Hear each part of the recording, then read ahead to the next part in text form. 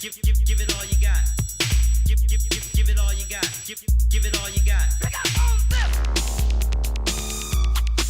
Pick up on this.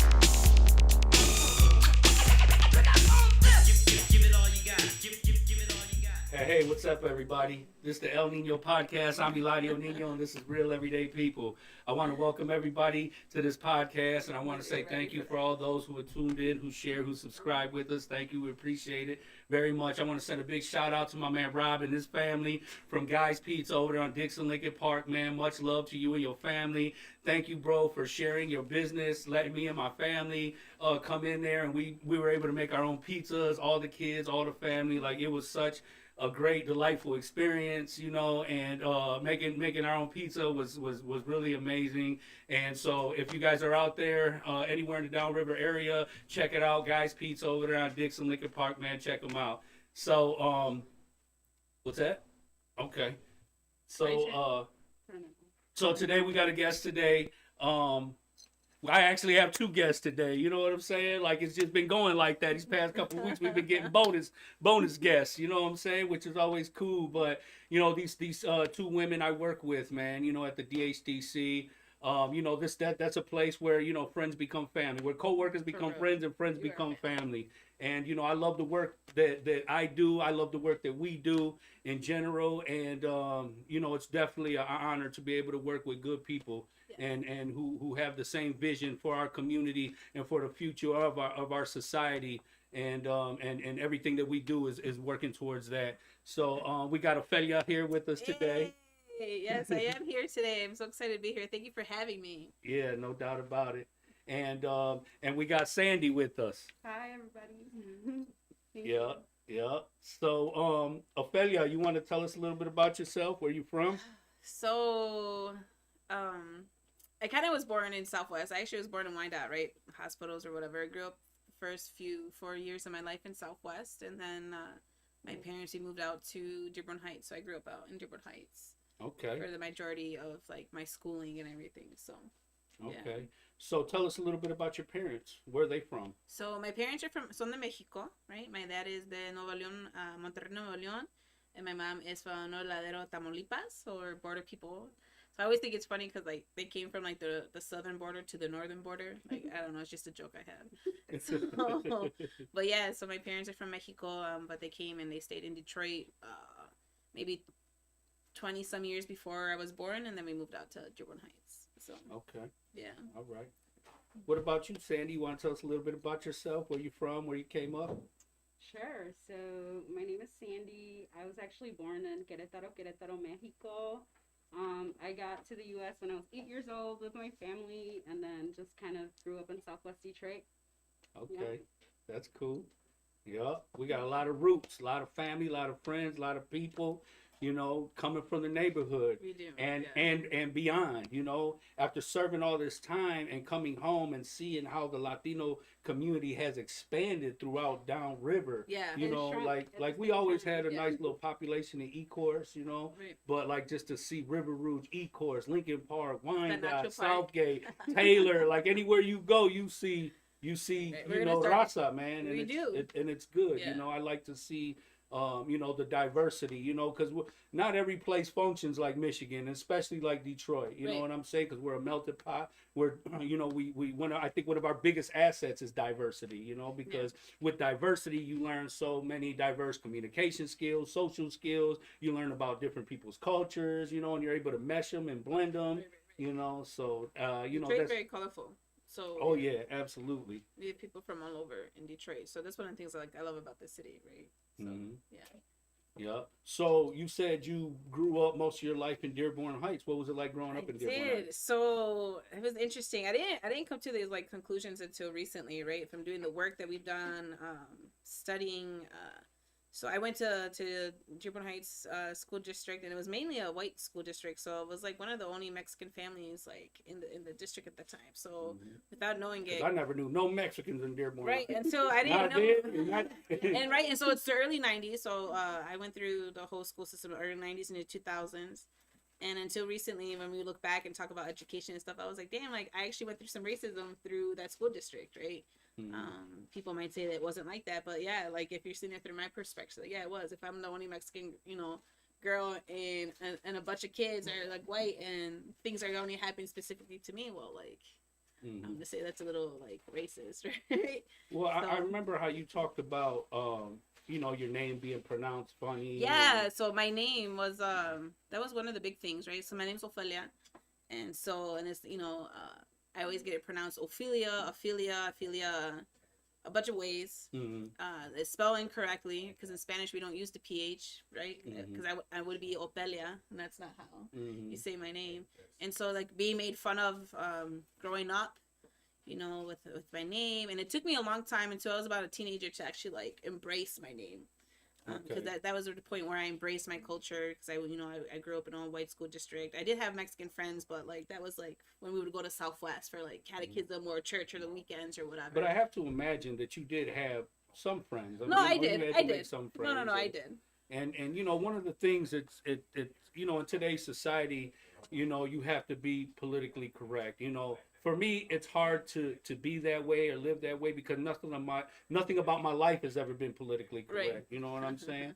But it's just today when people put that overall blanket statement talking about white people, you know what I'm saying? And we had that conversation. I said, I feel like that's a blanket statement that gives a negative persona on people who are not racist.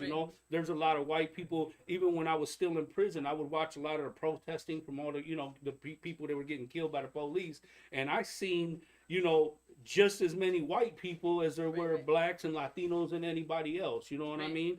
And like for somebody who had a bad experience with a Mexican before, you got robbed, you got carjacked, whatever it may have been, and then that person has that resentment against a whole culture, against a whole nationality because of that experience, and that's not fair to everybody. You know what I'm saying? Because I would hate for somebody to just see me that way, and I'm the person that would have helped you.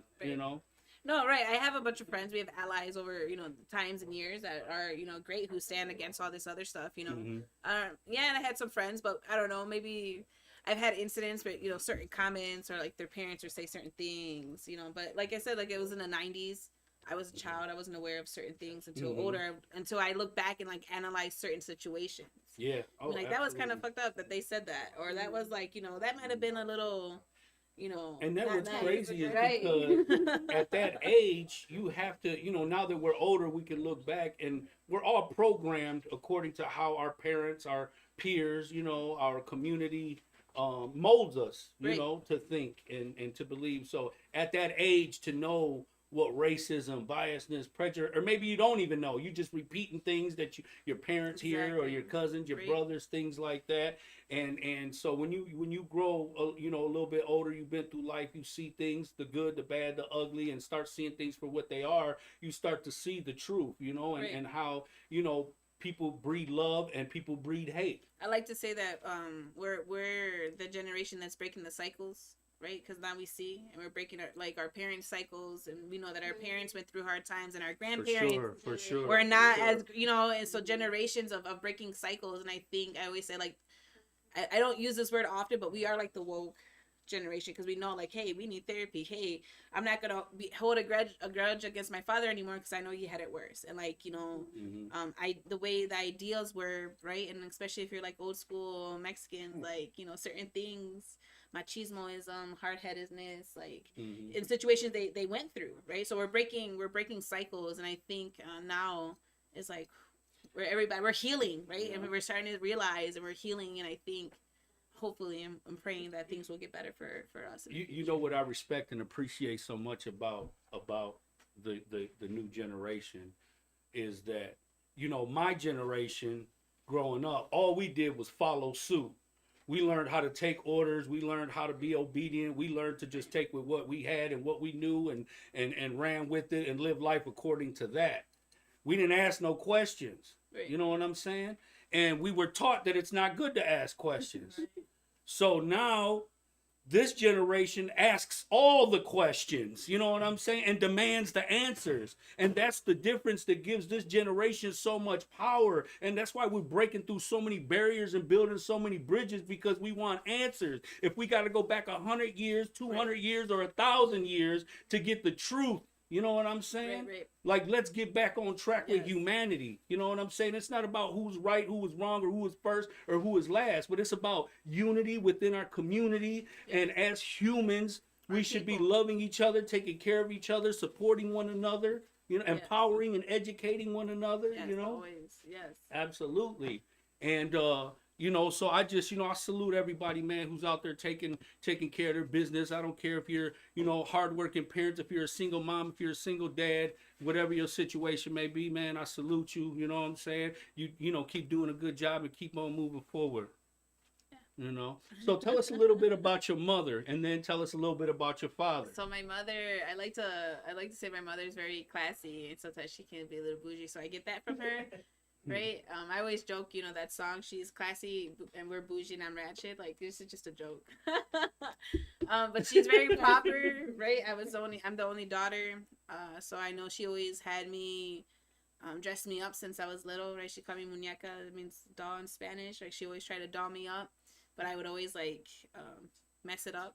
I didn't like being in dresses until I didn't appreciate that until I got older. Because you said when you were young, you were a tomboy. Yeah, I was a big tomboy when I was growing up. So I know now, like, she's more appreciative of that. Like, you know, I'll wear my dresses in the summer. I didn't get to last year so much because of COVID, but hopefully this year we can, you know, bust out my wardrobe. So she kind of helped guide you into your feminine side. A little bit, yeah. My mom always, you know, she always taught me to work. So she put me to work.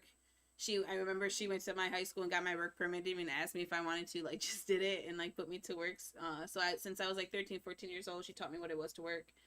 And, not, you know, not to rely on a man. Sorry, everybody. But, you know, she taught me to be independent, to study. And, you know, I put myself through school. And I've always worked, you know, because of her influence with that. So, yeah. Thanks, Mom. That's good. And that has carried on into your life today. Yes, of course. Yeah. So what are some of the key, like, moral systems or moral, like, principles, values that your mother instilled in you? Now, I know you said the work ethics, you know what I'm saying? But, like, I know you talked about, you know, being independent, you know what I mean? And, you know, being tough, you know, and things like that. So how has that impacted your life today? So I'm still that person, right? And I think I'm just a little bit more, and I guess I'm more aware of myself. And like we were talking about this, like, breaking cycles. So I'm more aware of my character, of my personality, like what things I should stop, or I catch myself if I'm angry, you know, to evaluate, or, you know, to pause and think about my reactions to things. You know, you can always improve, right? There's nowhere else to go but up. So, but yeah, my mom, you know, to make sure I have a good character, she says sometimes, like, I'm grosera, you know, I'm rude, or I'll say certain things, you know, joking with my mom, right? You even talked about your posture, the way you sat, you know, she taught you how to always, be ladylike. I don't know about everybody else, but I remember, you know, we're Catholic, so my mom always put that on us too. When we would be in line for communion, I was teenager, if I was slouching, she'd always be behind me, and I always try to get her to go in front of me, but she wouldn't. She'd always be behind me, and my mom always has her nails done, so she would get real close behind me, and she'd put her nail in my back, and she'd be like, stand straight, and I would be like, oh. So I'm like, you know, teenager like this. I was like in jeans and an Aslan t-shirt, and my mom's like behind me poking me, so my posture would be straight. Your bola? Yeah. Pull your ears. Yeah, I remember them Aslan t-shirts, man. They was sweet. They always had all that Mexica, the Azteca art, the Mayan my mom art. would want me to wear, like, something nice or wear a dress to church, and I would be like, no. I was like, tiene la Virgen, you know, it has a Christ on it. Like, I'm gonna wear this to church, Mom. What's wrong with this? So I got away with wearing my Aslan t-shirts to Misa. So, did you got siblings as well? Yeah, I have older siblings. I have brothers. Okay, older brothers. So you're the baby then? Yes, I am the baby. Okay. So, what was your relationship like We with are your the brothers? So there's a lot of age gap between us, but I know, like, one of the reasons I was a tomboy, so, like, I had the influence of my brothers, right? That's all I could see was my brothers and their friends. They roughened me up, so apparently I was a bully when I was a child as well. I mean, I kind of still am. And I think that's where my rebelness or like, you know, I'm not gonna let no man talk to me a certain way or act a certain way because my brothers put that in me, right? Mhm. I remember the youngest of the three, when I was like 16 or 17, he would randomly attack me, and he would pin me against the wall, and he'd be like, "How are you gonna get out of this? If you were at a party and some dude did this to you, how would you get out of it?" And I'd have to fight him off. And so like, you know, they always put me. And Wow, so I'm so always, they really put you through some physical training. You They went through some did. physical They courses. did. Huh? There's only one time that my mom made him get off me because I couldn't get out of the situation, and it kind of hurt me. But yeah, so I'm always like, you know, ready. You know, I'm very vigilant where we are, and it sucks because as women, we kind of have to have that as an instinct, right? Because You want to survive. right, unfortunately, you know, there's people, or you know, I don't want to put you guys out there, but men who, you know, think they can, you know, hurt us or take advantage or be more than us, overpower us. And so my brothers always taught me to, you know, to defend myself and fight for myself. So. Yeah, like growing up, you know, I've seen a lot of domestic violence, and Yeah. it's very common, you know. Yeah. But back in them days, like I say, you don't ask questions, you don't talk, you don't repeat what you see in the house, none of that type of stuff. Right. But I tell you what, now since I've been home, it seemed like the tables have turned because They women have. done got the hammering the shit out these guys. I done talked to some guys like, man, you Yeah. beat the shit out of me, bro. Yeah. It bust my head, and I said, damn. I was like, I was joking not that long ago. For those of you who watch like the Jenny Rivera novela, like, you know, she went to Yeah. jail too. She stood up his stuff too. You know, she fought for herself, and it was funny because I was like, but she actually got arrested. You know, I didn't, but you know, so yeah, but to always defend yourself and, you know, stand your ground and stick up for yourself, because if it's just you, you know, you gotta take care of yourself. Has a man ever hit you? I have, yes. I have Yeah. had incidents when we've gotten physical, yes. Yeah. Yes. So you got physical though. It wasn't Yes. just. No, Yeah. because I mean, no me dejé, right? I didn't let myself. Okay. Yeah. All right. And I mean, I'm assuming you learned something from it. Yeah. Yeah.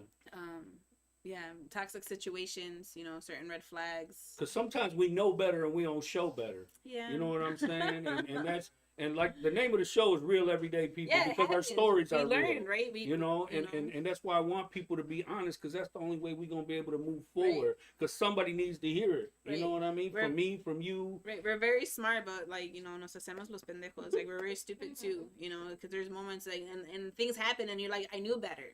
You know, I would tell myself, but like I said, it happens because of the cycles, or either we saw these relationships, or, you know, you have issues with your siblings or your parents and their traumas that, you know, allow you to be like, this is okay because I already lived this kind of thing. But until you reach a certain point to be like, no, we're breaking these cycles and no more.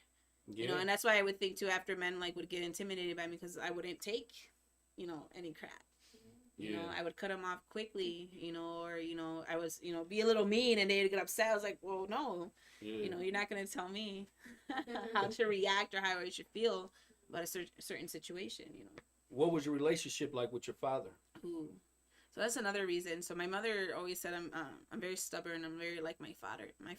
My So, father? Yeah, like my father. My father. Very proud man, but he's very hard worker. He always had like my brothers and I working since I was younger, you know. When I got a little bit older, maybe I didn't like him so much because I didn't get what I would want, right? I was a brat in a sense, but you know, my parents kind of molded me that way. So, but then growing up as a teenager had like, you know, some issues, some resentment because, you know, I was just kind of like him. And so when he would try to yell at me or tell me something, then here comes, you know, like what my mom said, I would stick up for myself and tell my dad, like, no, I'm not doing this, or no, don't talk to me this way. Yeah. And so it was always, like, we always butted heads until I was about a teenager. Until my early 20s when I actually, like, left the house. So. But, you know, I love my father, though. He's funny. We've had good times. I do, you know, appreciate that he taught us how to work at least, you know. What kind of man was he? He was a worker, right? Mexican. I don't want to say typical Mexican dad, but maybe from like, you know, that time, right? You know, Like Selena's dad? maybe a little bit. He was strict. I mean, Yeah. I know he was strict with me and my brothers to a sense. Like there was a big gap between us, so I don't know how my brothers fully grew up with my parents. You know, and you know my experience with my father. But to the day, I know, like, you know, we still talk to each other. My dad, he retired like 20 some years ago, but then started his own landscaping company, so he has that. So if you're out in Downriver, you need some landscaping, Azteca Land Service. Azteca Lawn Service. Check them out. LA Landscaping LLC. So, We're yeah. gonna keep it all in effect. We're gonna get So, the job done you one know, way or the other. He does good work, and that's what he likes to do. You know, he wasn't one to sit down because he retired for a few months and he couldn't be at home and just like go to the gym and chill or take vacations. He had to be doing something. And I think to a point where like my mom didn't want him to work on the house anymore. Like, you know, she told him, okay, you know, go start your business. So you ended up graduating. Where did were you graduated from Dearborn Heights? Yeah, I graduated from Annapolis High School in 2004. Okay. So where did you take off from there? Like, what's your life looking like after graduation? So that summer was kind of wild. I turned 18 that summer. I feel I went through situations that taught me who certain friends were and who weren't. And then in that September, I enrolled into Henry Ford Community College. It was HFCC at the time. So, and I enrolled to do some criminal justice courses because that was my plan to study. Okay, so what got you into that field? The criminal justice? Mm-hmm. So I took criminal justice when I was in high school. And I always kind of liked it when I was younger. They always said I was like good at arguing and getting my way in certain things. So I could be a lawyer. I liked the police stations, TV shows, right? I grew up watching like the A-Team and like Hawaii Five-0 with my parents and stuff. Hawaii Five-0. Yeah, and I wanted to be a police officer. I really did for a while. And then until I was a teenager, I decided against that decision to become a police officer. But I still wanted to study the field. What made you change your mind? So for the police officer, well, there was a few. My main one was I'm the only daughter. And I wanted to work in the city of Detroit, and I knew that, you know, it's a possibility, you know, you could die any day. You can get shot and get killed on line of duty. And I felt like if I had a sister, I would have, like, really, really want to proceed it. Mm-hmm. And because I couldn't, like, I don't know, I, like, you know, saw in the future if that was ever to happen, how devastated my family would be, because I was the only daughter. Mm-hmm. So that's kind of why I decided not to go into the police force. Okay. Yeah. All right. So when you were younger, like what kind of crowd did, like when you were in college and graduating from high school, like what kind of crowd were you hanging out with? So I was a little chola. I still have my tendencies. So I did grow up in my Southwest side. I hung out with some gangsters out there back in the 2000s. Who were you hanging out with? So I was hanging out with some Sureños back then. So, okay. All right. Yeah, and then in Dearborn Heights, which was funny, I hung out with like the bad white kids from my school, and like some of them were associated with Crips. So I was like just rocking blue. So you've been banging blue forever. I was. So yeah, and you know that was the lifestyle I had at that time. Mm-hmm. And I identified with it, and I was rolling with it. So. Okay. Yeah. So tell us a little bit about maybe the good or the bad hanging out, with the Sureños. Like, what did they do for you? You know what I'm saying? That made you, gravitate towards them. You know what I'm saying? So when I was younger, it was actually because I kind of fell in love with one when I was like 14. So it was kind of like a mini pendejada, right? It happens, right? We fall in love and we do whatever lifestyle and we do crazy things. And then I just made a lot of friends with them. And then we would just hang out at the time. Until I got older, I did some tagging and stuff like this, but I didn't really get too involved in my teenage years. So then I also like hung out with people from the youth group at church. So it was kind of funny because I was playing I was on both sides. I was both sides of the coin. Both sides of the fence. But it worked for me at the time. Mm-hmm. People knew and they accepted it, and that's how I was. Mm-hmm. So what transition? What happened? What is it that you went through that kind of disconnected you from, hanging out with the gang members and, just that whole lifestyle? There was a summer, there was like a big raid at one of the houses we used to hang out with. And so I lost a lot of contact. But I still have a few close friends, some good homies. So shout out to my homies out there. And then just lost contact with everybody else. And then I just focused on school. And like at that time, too, I was like hanging out with people at the youth group. And then again, I fell in love with someone else. And so then I stayed there. Mm-hmm. And you talked about how some of them, end up getting locked up. Yeah. Some of them end up getting deported. Yeah. So. And then at that time, I didn't have a cell phone like how we have it now. So it wasn't like I had everybody's number and I could text them and see what happened or anything like that. So, and it just kind of let it fade. But I still held like my cholaness or like my character because I still do it to the day. So, Mm-hmm. Okay. All right. So after you were able to break away from that lifestyle, were you in school at the time as well? Yeah, I was going to Henry Ford Community College Okay, at while the time. this was all happening. Yeah. All right, so you were straddling the fence then, Yeah, right? yeah. They used to make fun of me because I would hang out with them, but I was studying to be a lawyer. And, at that time I would joke, be like, I already know where everybody lives. And at the same time, you can hire me in the future kind of thing too. So. Yeah, no doubt. They was going to come to you to get all Yeah, I mean, that was the cases. plan, but it didn't go that way. But, Yeah. So you ended up getting a degree in it then? Yeah, after a long time though. So I tried to finish school within 10 years. It was really hard working, living by myself or with roommates and trying to get that together. So I finally actually got my degree from U of M Dearborn about 3-4 years ago now, 2017, in criminal justice. I got my bachelor's, but it was a long journey to complete that. A long 4 years for that degree for sure. No doubt about it, man. And that requires so much time and energy and patience and all of that. Hope. Yes. Yep. So I went and I did a semester when I got home. I went to WCCCD, and I went there because I just wanted to make all the right decisions after I came home. And so I went to school, and I liked it because while I was in prison, I became very studious. I love to read, I love to write, I love to take notes, all that good stuff. But times have changed, and when I got there, like, I didn't realize how overwhelming it can be. Yeah. It can be stressful, especially when you got to have reports and if you're going like to college like full time or even part time is stressful, but the most stressful part was for me was technology. Yeah. I was illiterate, technology illiterate, and they're like, well, you got to put your reports on the laptop and this, that, and the other. And I'm like, oh, Lord. And it was to the point, like, it would literally frustrate me. I'd start sweating when I had to deal with technology. Yeah. And that's one of the things that the DHDC helped me, get back on track with, even with this pandemic. You know what I mean? Technology, yeah. It's a big gap, and especially in our communities of, like, color and our immigrant communities, right?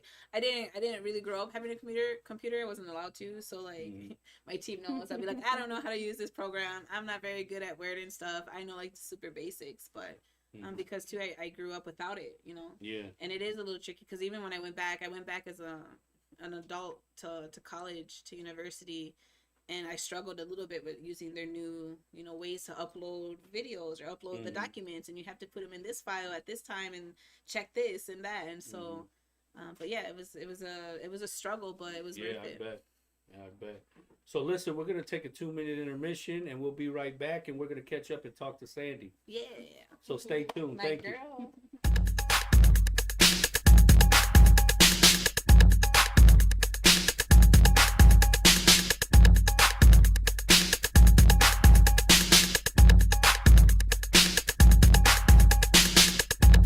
What up, though? This is your girl, Stephanie Bennett, and you're in the mix with DJ Puff on Lit Music Entertainment.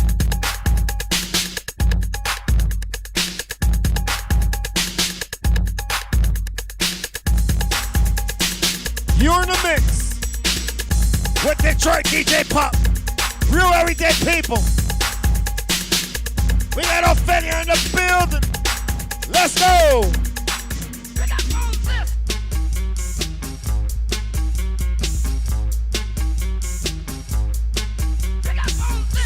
Give it all you got. Give it all you got. Give it all you got. Give it all you got.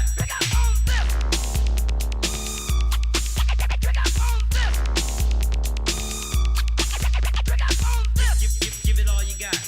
Give it all you got. Give it all you got. Give it all you got.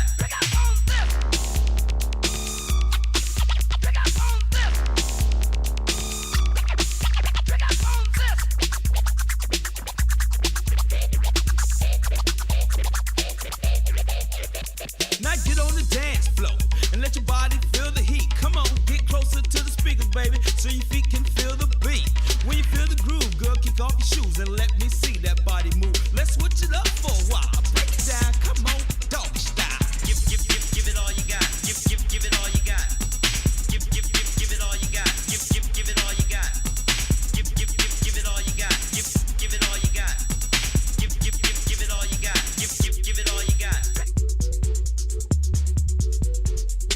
at that, Pup.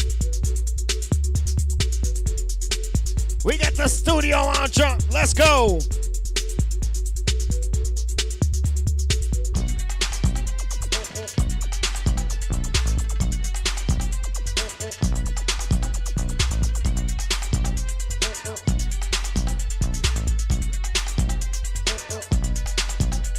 The train is on the scene. The bass is strong.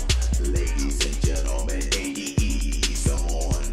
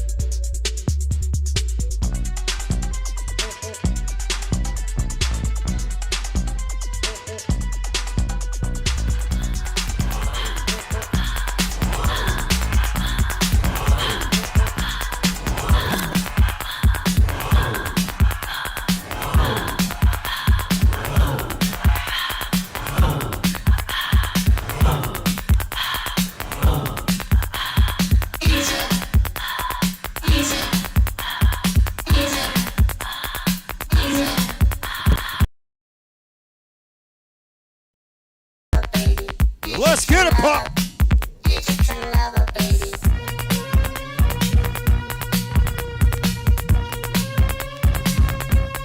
And it's only Monday night. I'm ready to get ratchet. Let's go.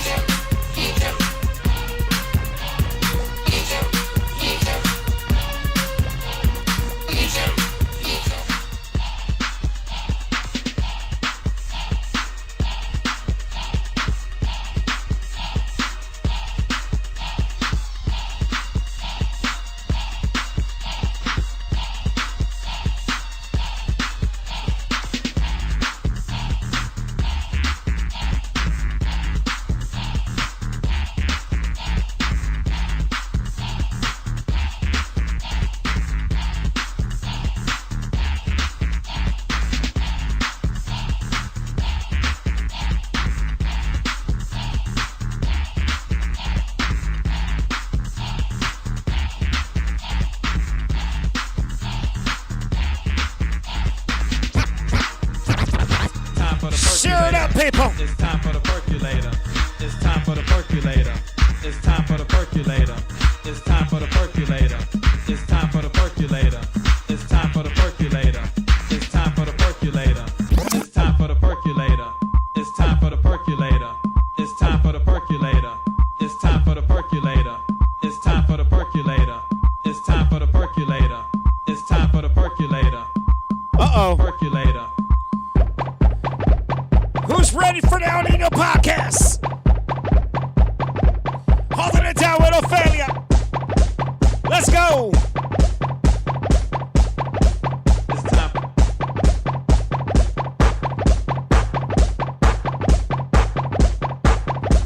It's time for the percolator.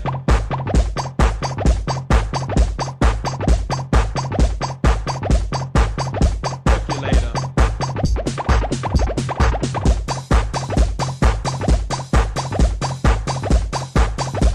It's time for the percolator.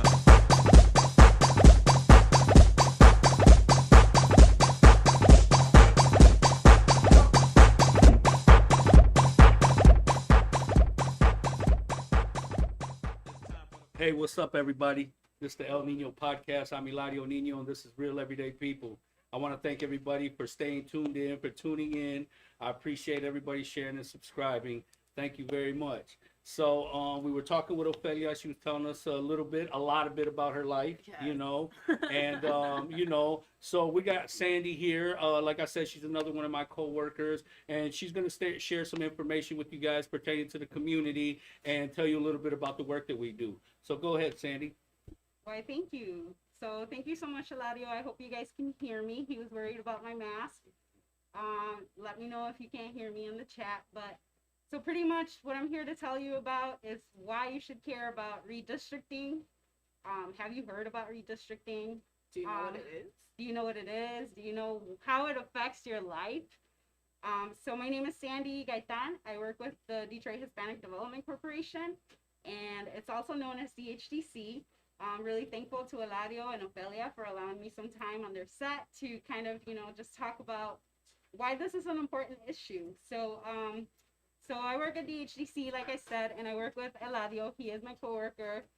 And it's a community center that kind of just focuses on assisting the community in reaching their goals and providing access to anything that they don't have access to. That includes like language access. It includes policy work. It includes, youth development. It just encompasses a big range of services, but also I work in the community organizing and advocacy department, and this is my coworker, Ofelia, and of course, Eladio with the youth department. COA, what up? I actually started with the youth department. I want you to know that. I started with the youth department, and I actually started there just teaching the kids like basic, like music theory and ear theory, and then just things that like are great for them. Also like breakdancing. It was an amazing experience. I'm really grateful for it, and like DHCC is just like been helping the community for a really long time. I think they're going on 22 years now. So shout out to our ED, Angela Reyes. She is an amazing gem. Just providing access and all types of opportunities for the community. So I'm really grateful to her. We're working, actually, I'm in a cohort with the Michigan Nonprofit Association, which is M&A. And we got together with them to kind of start, letting the people know about redistricting. So redistricting is, you can take it back to the census. Every 10 years, they draw the districts out for like, so the voting district that you're in was drawn out by a politician before. In 2018, shout out to the voters of 2018. They actually voted in Prop 2. If you don't know what Prop 2 was pretty much voters over politicians, which means that they took the power away from politicians to have a partisan advantage over you and everybody in this room and myself, to kind of dictate what it is, who you're represented by, what district you're in, all types of stuff, right? Gerrymandering. So if you talk about the census happens every 10 years, and unfortunately, this time around, we might actually lose a rep.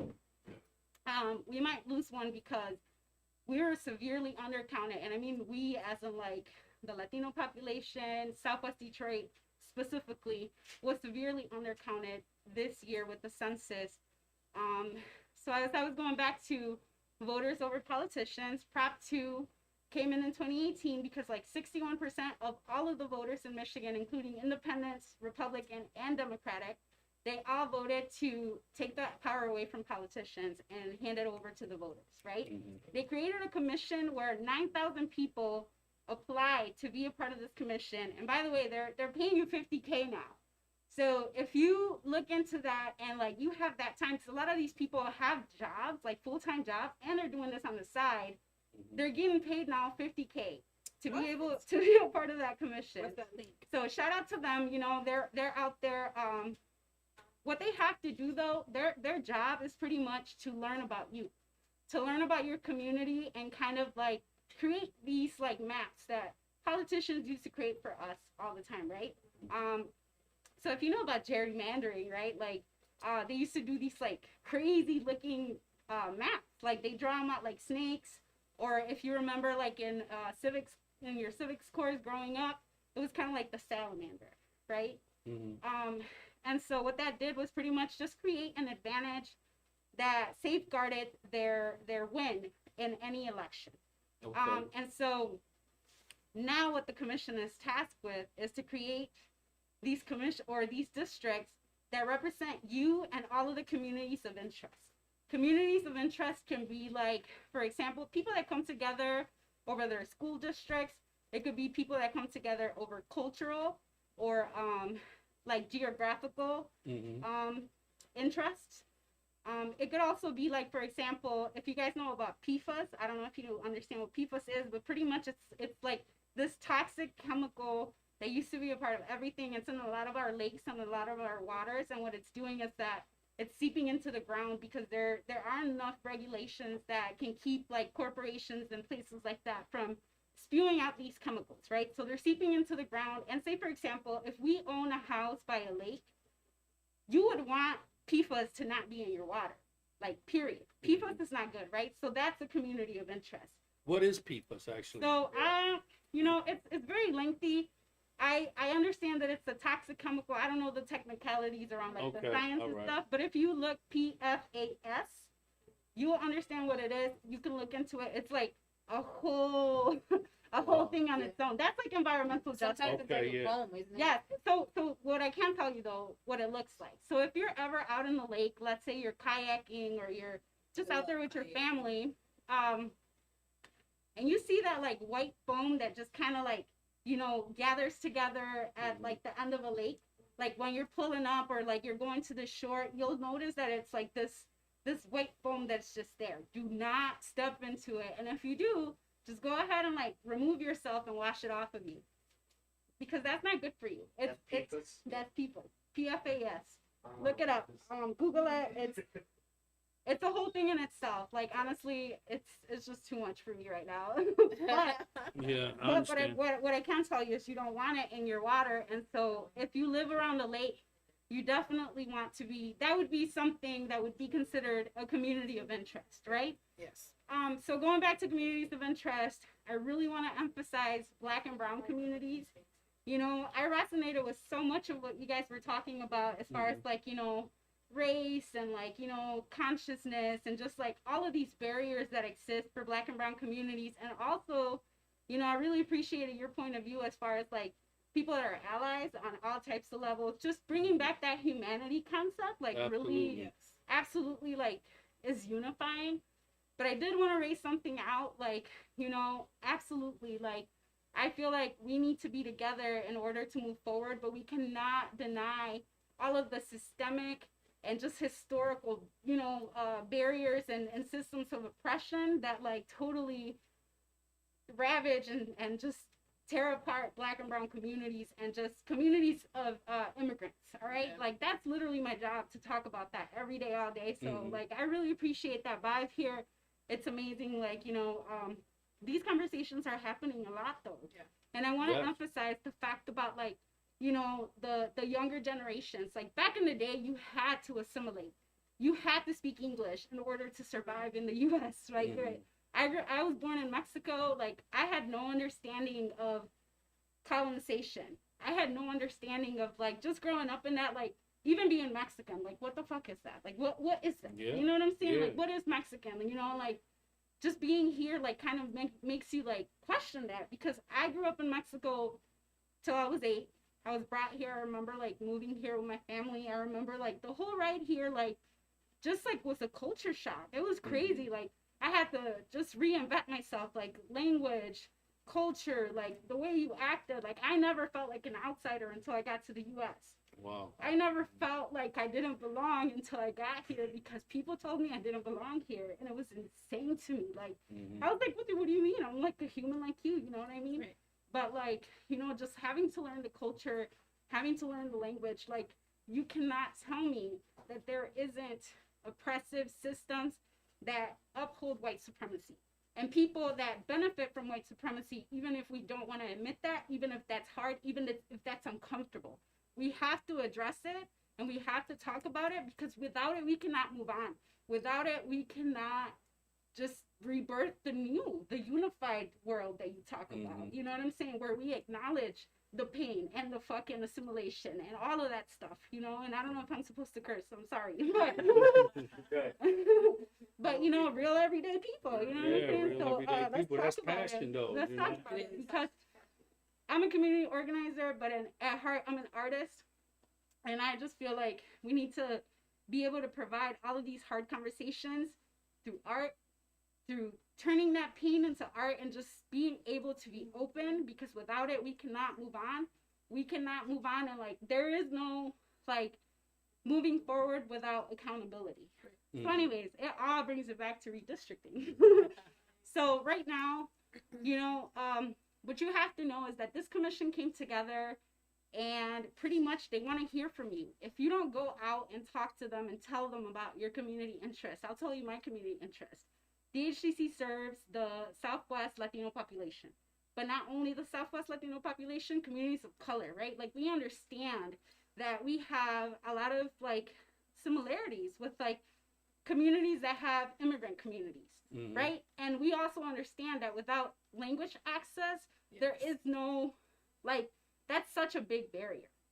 I understand that firsthand, because when I got here, I felt like there was this like plastic thing in front, kind of like COVID, you know what I'm saying? Like, I can't reach you. I can't be myself. I just can't, you know, you don't see me.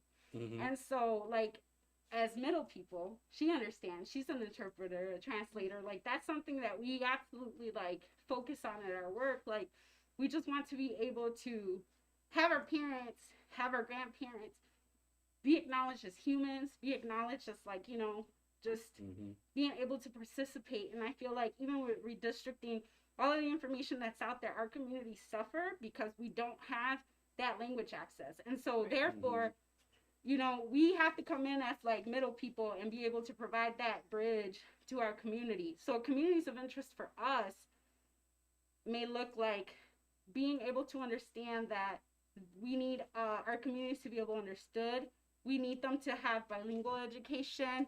We need them to, you know, be able to, like the testing that they do around bilingual education, that the parents understand what that is, that it's fair testing, that they understand. All of these things revolve around the funding of the census.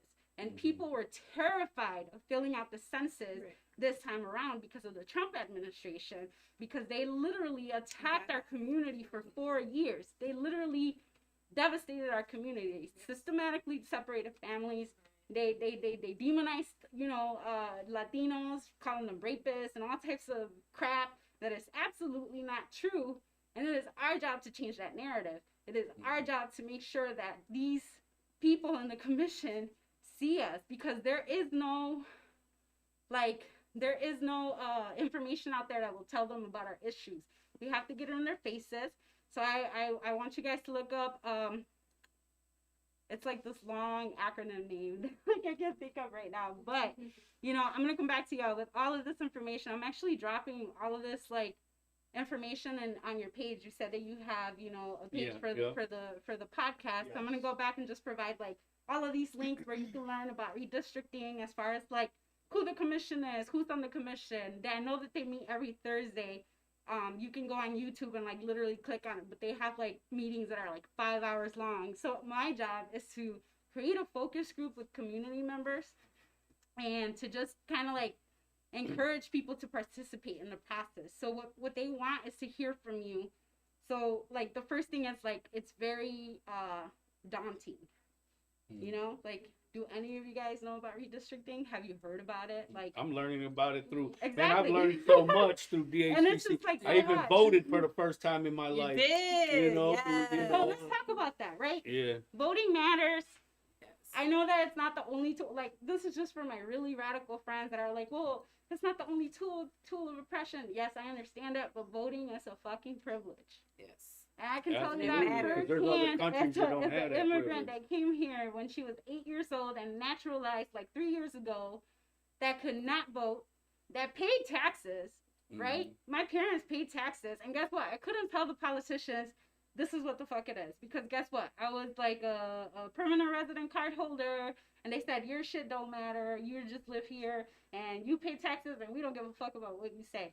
But you know what? When I like, you know, became a naturalized U.S. citizen, you know, the first time I ever voted was in 2018, and that was an amazing experience. Wow. Like, she remembers, like, when I like became a citizen, it was this whole thing. I had to like change Bless my you. whole driver's license to be able to vote, to register to vote. And then after that, like, it's this whole process, right? Like, it took that much for me to be able to vote, where people take it for granted and then talk shit about it. Like, look, it's just one tool. It's literally That's just crazy. one I tool. got my driver's license for the first time in my life as And that's well.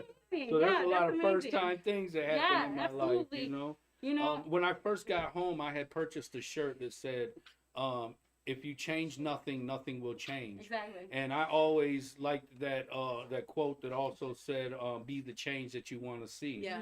And I felt like it was important for us to be able to cultivate in our new generations and in the youth about putting themselves, thinking about the future and putting themselves in positions where they have a voice to speak on behalf of their communities. You know what I mean? And I learned that while I was in prison because you know, everything in prison when I went there was predominantly black. Black ran everything from the front to the back. And the store list had a lot of items. The movie requests that we got, like everything was to accommodate the black population in there. And I'm like, hey man, like we want some pork rinds on the store list. Well, Muslims don't eat pork. I said, well, not everybody's a Muslim. You know, Latinos eat pork. I know a lot of blacks that eat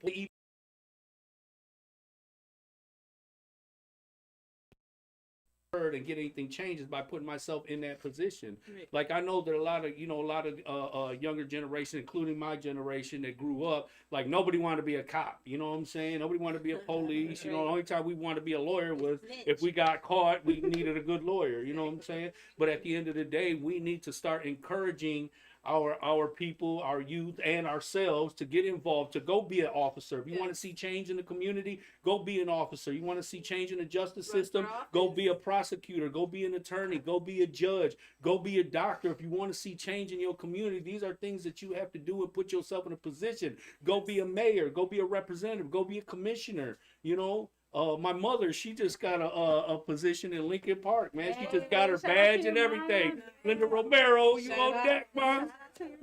Yeah, for real, That's what man. I had said, like when I was doing other stuff and thinking in the future, like if I really want to help people, like I, unfortunately, in a sense, like I have to go get my degree. I got to finish my school for me to be able to continue to help people how I wanted to help them. Like I had to push forward to get that done. Mm-hmm. Yeah. Like, you know, the work that we do is just amazing, man. You know, we do diaper distribution for the community once a month. You know, we recently even got cut off. Didn't we get cut off from Detroit? What was Detroit Diaper Bank? Somebody cut us off. Okay, we're gonna, you know, try to get it. But we're back still to gonna the hold it community. down. DHDC Yeah. still gonna We'll hold try to it get it down. back We're to gonna the take care of ours community. regardless. It's But just they're hectic cutting off our everywhere. resources, though. You know. Yes. So real quick, I found it, right? So if you just want quick info about the Independent Citizens Redistricting Commission, is so long, I'm sorry. It's the ITRC, Independent Citizens Redistricting Commission. If you type that in, the Secretary of State has the special site for it where it will tell you all about it, what you need to know about. Even if you put it on YouTube, that will help you because they have the meetings on there. You can actually attend their meetings. Like if you go on YouTube and find their information, but don't worry, I'll drop all of this information on his page. Once we're done with this, we'll put it on there. That's another thing I want to talk about. Usually these opportunities come really late to our community. There are little hiccups that are on our way right now. So for example, the census process was really affected by COVID last year. Right. So because of that, they were supposed to receive the information from the census in February, and that actually is not coming back until September, which really affects the timeline for the commission, because literally right now what we're supposed to be doing is just recruiting people to be able to go and testify. What they want to do is, like I said, hear from you, right? So everything that we just talked about would mean that we would have to get together with everyone who has a common interest to be able to, just get together and say, hey, for example, for immigrant communities, we would advocate for language access. We would advocate for bilingual education. We would advocate for things like, staff that spoke Spanish in their community districts.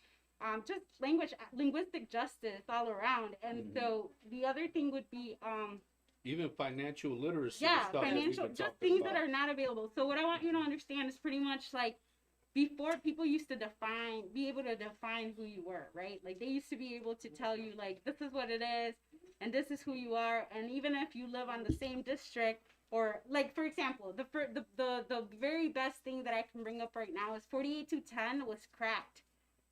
48210 is predominantly immigrant, right? Like black and brown, also Arabic. Like we have a big I think it's Bengali community right at the border along like Dearborn. And what they did, like all types of people, right? Like that are community interests as far as like the immigrant aspect of it comes into play. And so because of that, I forgot when it was, like exactly, like it was a few years ago, maybe it was the last census or even further than that. They actually split 48210 into two parts. So it's two districts. So if you think about 48210 being predominantly black and brown or immigrant community, and what they did was that they split them. What that meant for politicians was that they were able to crack that district, and they were able to say that whether it was this party or that party, it benefited them. So if it's like a district that's benefiting to them, it wouldn't include the other part of 48210. And so that's a problem, because even though you're in the same place, you relate to the same issues, you're not voting for the same representative. So someone who may not have your ideals, who may not understand your needs, who may not even care about your needs, may be representing you, when in reality, that's not what you need. And so voters over politicians, what it does is that it gives that power back to you to be able to say, this is what I need, but they need to hear from you, because if they don't hear from you, what we're going to do is create a focus group. So if you guys are on Facebook, you can actually go to Detroit Hispanic Development Corporation and send a message and just like kind of say, hey, I'm interested in redistricting, what's next? And what we're going to do is we're actually creating a campaign around it to be able to bring this information to you, to bring you along. Redistricting can be daunting as far as like the depth and like everything that it has, but all it boils down to is the fact that you understand what your needs are. And even if you're not from Southwest anymore, maybe you grew up there, maybe you have people that live there, maybe you relate to like the issues that are there, maybe you have the same issues in your community now. Like, you just have to be able to be a part of it, because if you're not a part of it, somebody is going to dictate who's going to represent you, what kind of access you're going to have to services, what kind of like money you're going to have access to, like as far as like community resources. I was going to ask that. How does it impact the communities financially? Because when you break it down like that, Absolutely. I'm assuming you're getting less financial help. Or... So with the fact that we may lose a congressional seat or a representative this with the census that just went by, it depends what district that's going to impact, and then the way that like the redistricting or the redrawing of the maps will impact each community, right? But what that means is pretty much if we have one less representative, what that means is we're going to get less of an opportunity to put our information out there and to say this is what we need, right? We have one less person that's able to speak that for us.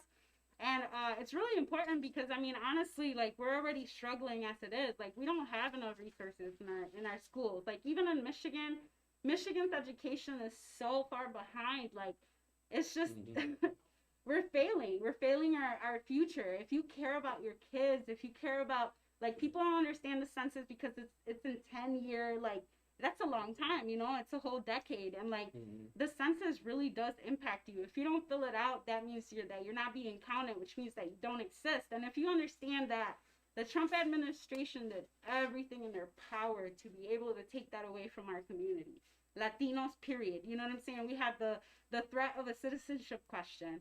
We have a threat of like them trying to like say that, you couldn't count like undocumented like household.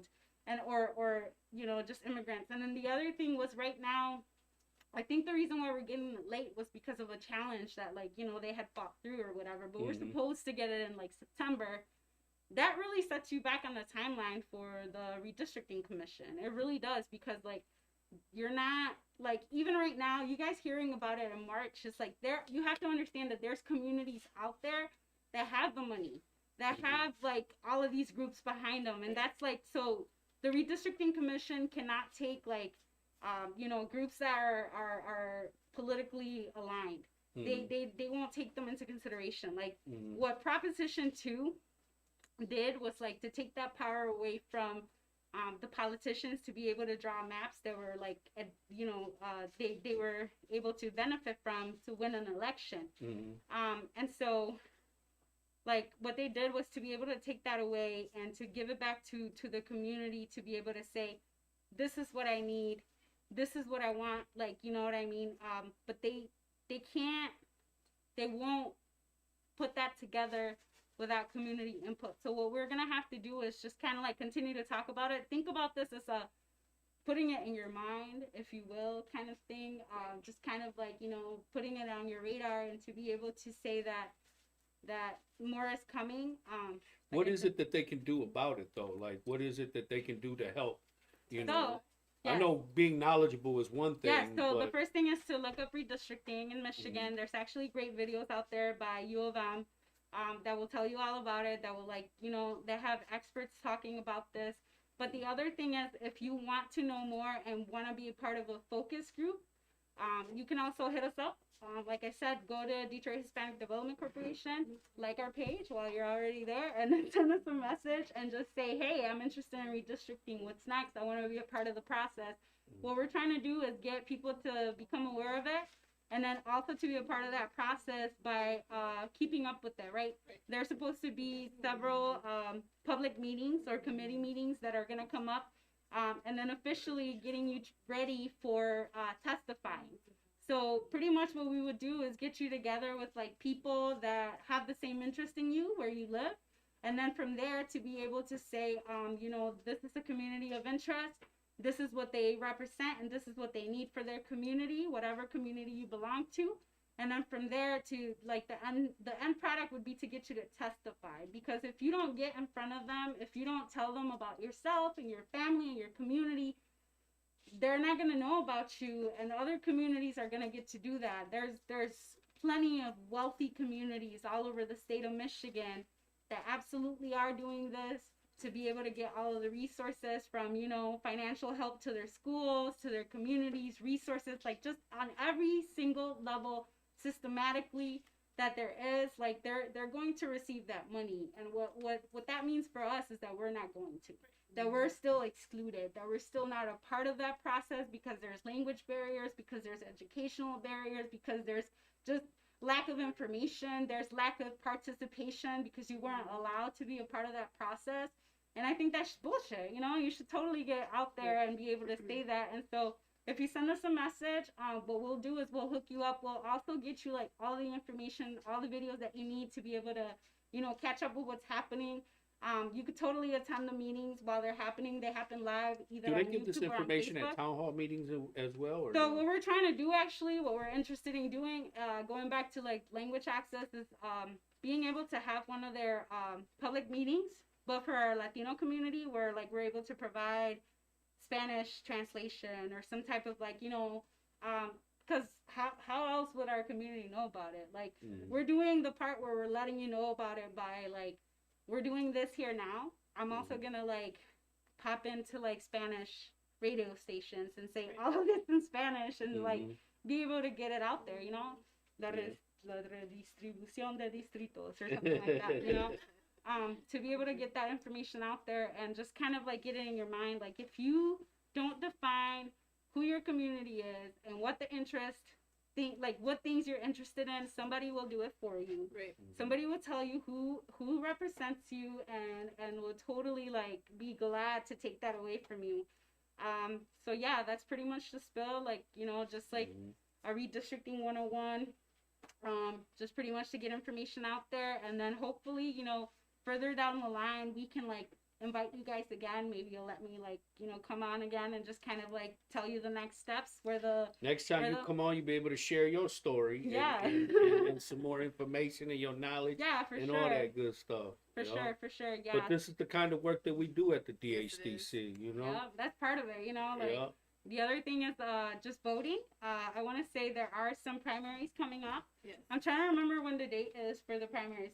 There's some in May. I want to say May 4th. But it depends on your city, right? And then in August, I'm thinking like for Detroit August. specifically. I think it's August 3rd, and and then the elections are November 3rd or November 4th. And then just like, if you're not registered to vote, make sure that you get registered. We can to vote. register you. It's so much easier to get registered to vote now. You can do it online, especially with like COVID happening and like all of the stuff that is going on. I think the other thing is just like very importantly for like people that don't have their citizenship yet to go ahead and like get started on that process. Like especially now that like the Trump administration's out, like so many barriers may have been removed, and honestly it will be the best because it will be just one more tool that you can use to like advocate for your community. Right.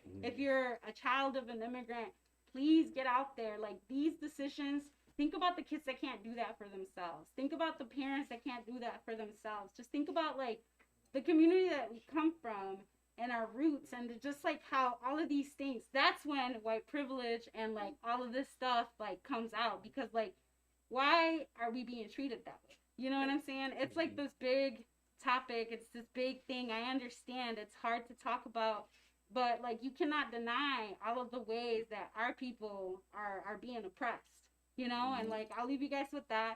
I think it's ongoing. I feel like I'm proud of us as a generation also, because we come from like parents that had to be forced to be assimilated, and us, we're like, yeah, I'm proud of being Mexican and I'm proud of being American, and what, right? Like, let's talk about it. Let's have this dialogue, Yeah, and, no doubt about and it. I'm for those conversations, and then just like further Engagement. Engagement, For exactly. sure.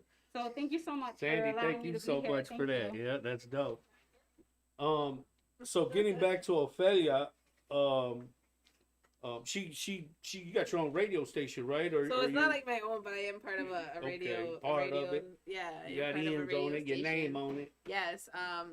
Cruce del Barrio. We're on Cave Radio, so you can look for us on crbradio.com or Cave Radio Broadcasting app.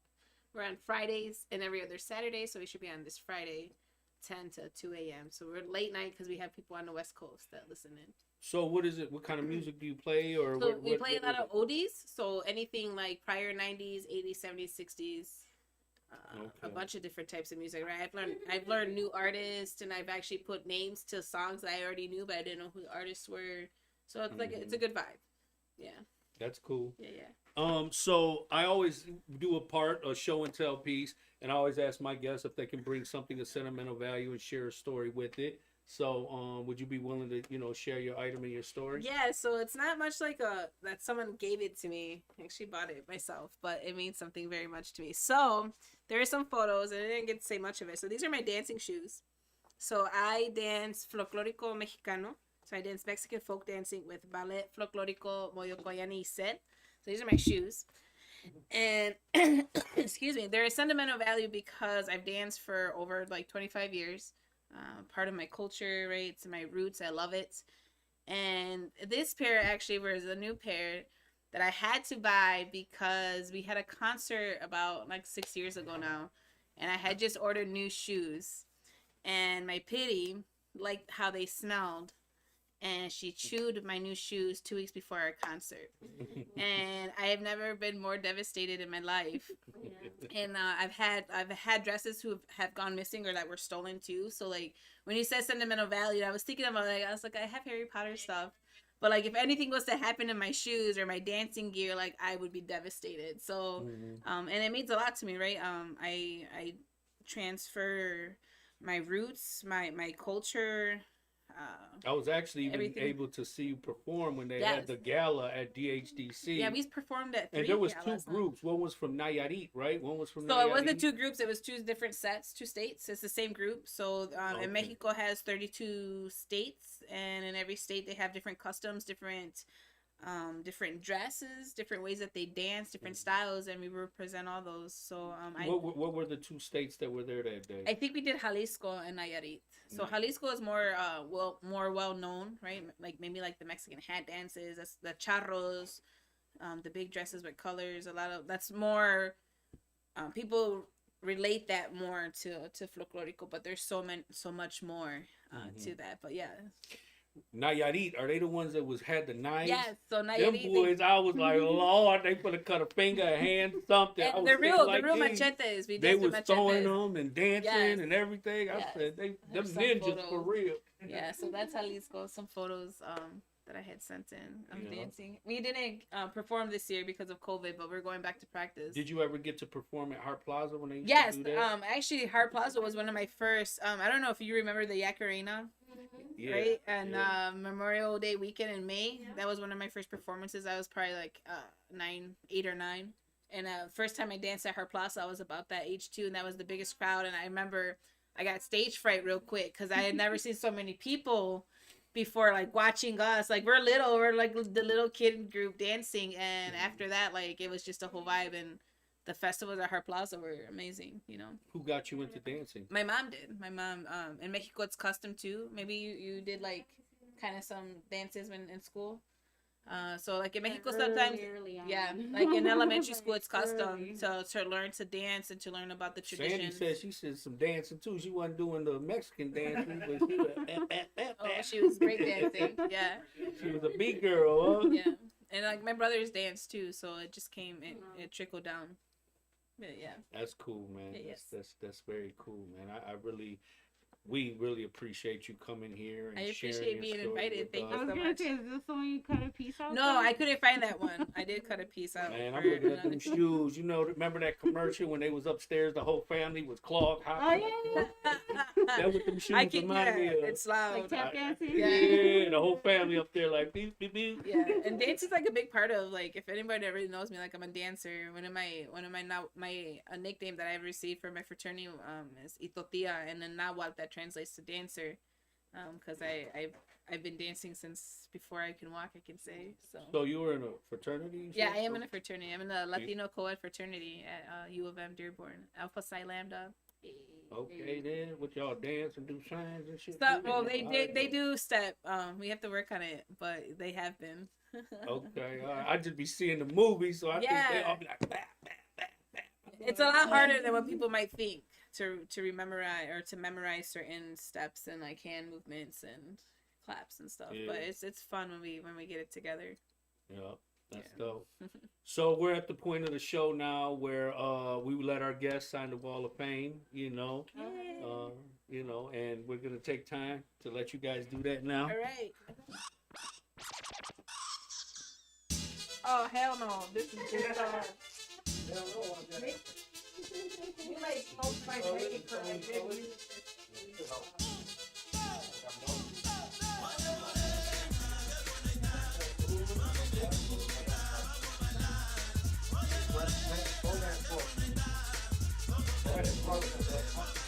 Yo, what's up, everybody? Definitely appreciate everybody staying in tune, getting to know Sandy, getting to know Ofelia, supporting us. We're gonna wait on the marker real quick so we can get the signatures on the walls. Hey, Ron, you want to grab that right there in that drawer, bro? Thank you. Appreciate everybody being patient with us. Yeah. Want to eat that? Good. Find your spot, wherever your spot is. Listen, we got so many good guests coming up in the next couple months and beyond. You know, I got so many people they coming up, and we got regular people. We got politicians coming in. We got returning citizens coming in. We got artists coming in, and we got a cipher coming up. Oh, we got some of the coldest brothers in the neighborhood coming up. Stay tuned for that. That's gonna be coming up in a couple weeks.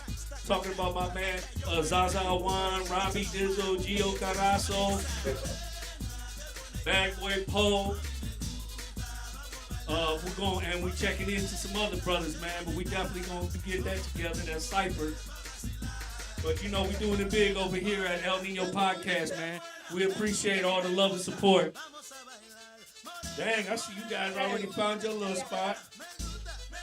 She thinks she in the alley with the spray paint can. All right, thanks a lot, man. We appreciate you guys. Thanks for staying tuned. See you next week, Monday at 8.